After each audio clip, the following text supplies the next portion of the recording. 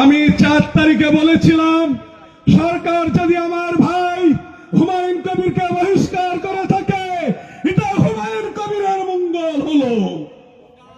আজকে আপনারা দেখে নিন সরকারের কর্তৃপক্ষ যারা আছেন, যারা সরকার পরিচালনা করছেন, তাদের ট্যাবলেট খেতে হয়, ঘুমাইতে হয় একমাত্র হুমায়ুন কবিরের জন্য। বাংলার অনলবর্ষী, বাংলার আপসীন সংগ্রামী যে এমএলএ জনাব হুমায়ুন কবির সাহেবের পাশে আমরা সকলে থাকবো তো ইনশাআল্লাহ। আমার বন্ধু ইমতিয়াজ সাহেব, আমি কলকাতায় গিয়েছিলাম, বলেছিলাম ভাই এই মুহূর্তে প্রতিটি মানুষকে, হিন্দু মুসলিমকে এক হয়ে তৃণমূল এবং বিজেপিকে বাংলার মাটি থেকে ইংরেজের মতো বিতাড়িত করতে হবে।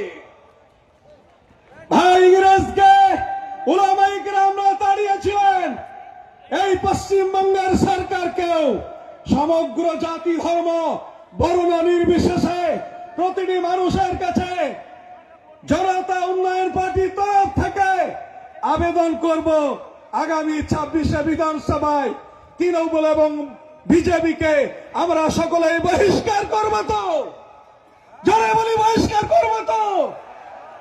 সুতরাং আমরা সকলেই ঐক্যবদ্ধ হয়ে এই দুটি সরকারকে, আজকে মানুষকে এসআইআর নামে যে হয়রানি করছে এর বিরুদ্ধে আমরা গর্জে উঠব।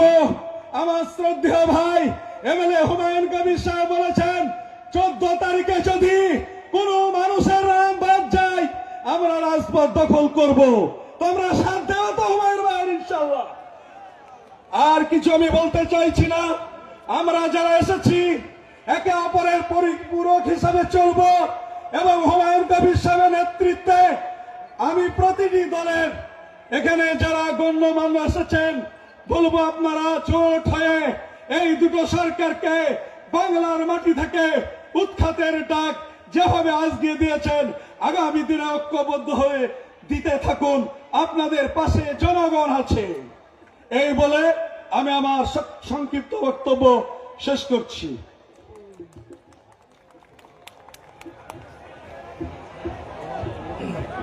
এবারে আপনাদের সামনে বক্তব্য রাখবেন ইমতিয়াজ আহমেদ মোল্লা, রাজ্য ইনচার্জ আজাদ সমাজ পার্টি।